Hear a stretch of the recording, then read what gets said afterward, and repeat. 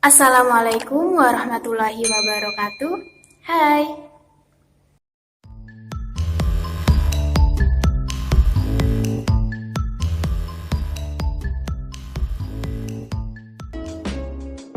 Perkenalkan, nama saya Nada Nur Afifah. Saya dari kelas 12 IPS dan di video ini saya ingin membahas tentang salah satu mental disorder atau gangguan mental yang berkaitan erat dengan perubahan mood seseorang.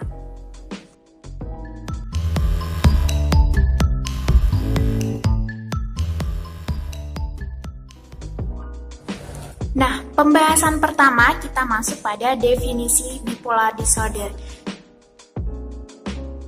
Bipolar disorder ini merupakan salah satu mental disorder atau gangguan mental, di mana pengidapnya akan mengalami perubahan mood secara ekstrim.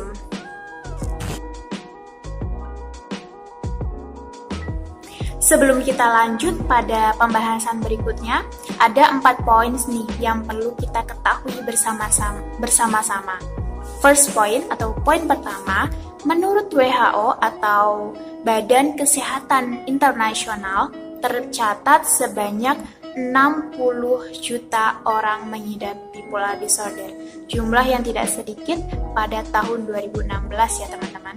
Kemudian poin yang kedua, bipolar disorder sebenarnya terbagi menjadi 3 tipe. Yang pertama ada bipolar tipe 1, bipolar tipe 2, dan bipolar silotimik. Namun, yang akan saya bahas kali ini hanya bipolar secara umumnya saja. Jadi mungkin kalau kalian memiliki ketertarikan lebih lanjut tentang bipolar disorder ini, kalian bisa mencari sumber-sumber dari berbagai sumber internet maupun di channel-channel YouTube. Oke?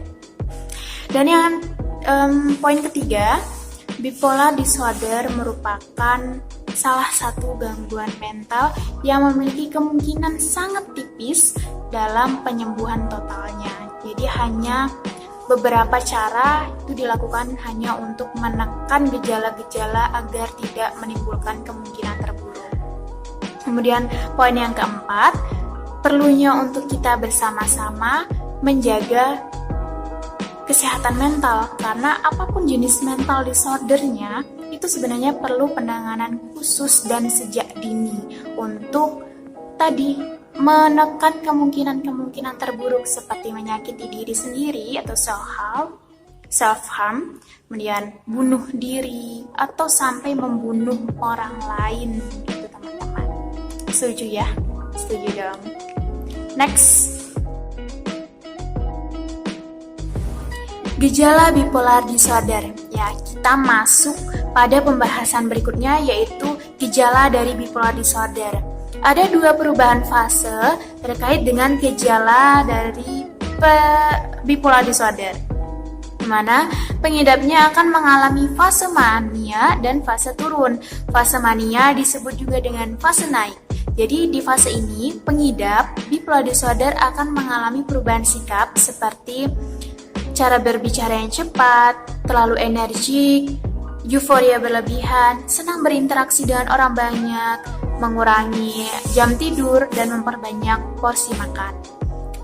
Sebaliknya, pada fase turun, ini disebut juga dengan fase depresi tadi, pengidap dari bipolar disorder akan mengalami keterbalikan dari fase mania seperti lesu, mengurung diri, tidak menutup diri dari interaksi sosial, memperbanyak jam tidur, dan mengurangi porsi makan. Bahkan, hal terburuknya adalah ada pengidap bipolar disorder yang sampai menyakiti diri sendiri, bahkan sampai pada titik bunuh diri. Ini yang dibahayakan apabila mental disorder, termasuk juga di dalamnya bipolar disorder, ketika tidak ditangani dengan baik dan tepat.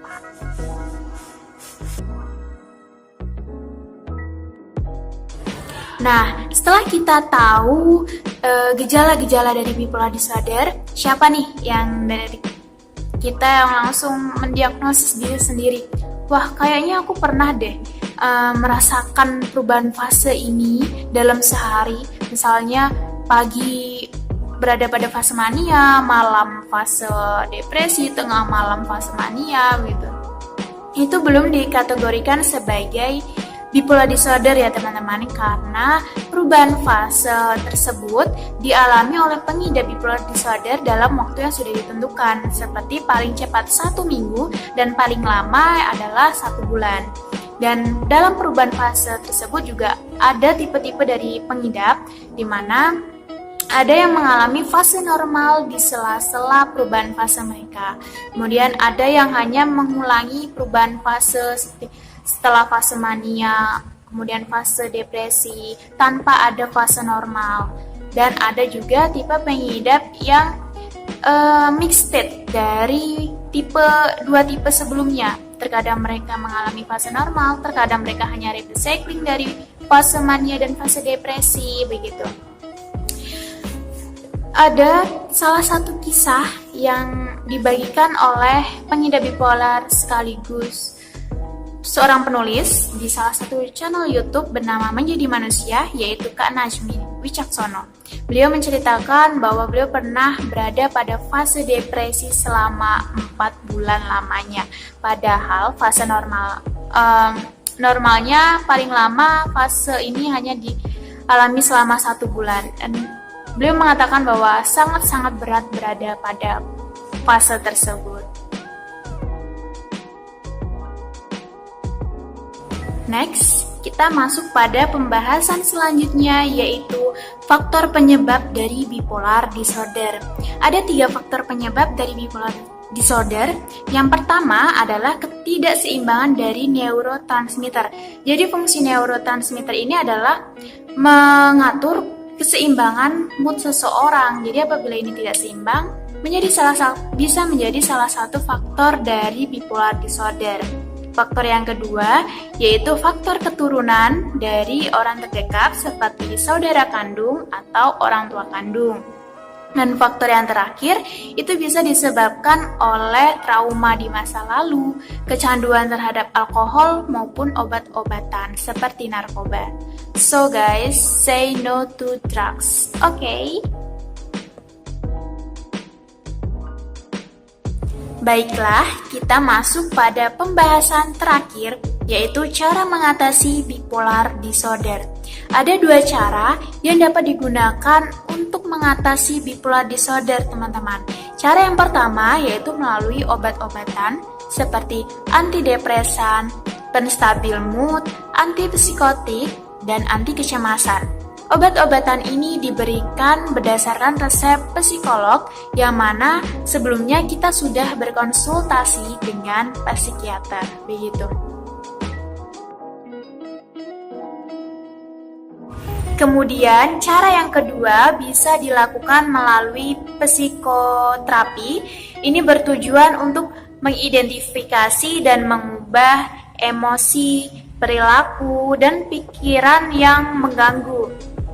Cara ini bisa dilakukan melalui terapi perilaku kognitif atau cognitive behavioral therapy, bertujuan untuk mengubah pola pikir negatif menjadi positif dan mengatasi emosi yang tidak stabil dari pengidap bipolar disorder.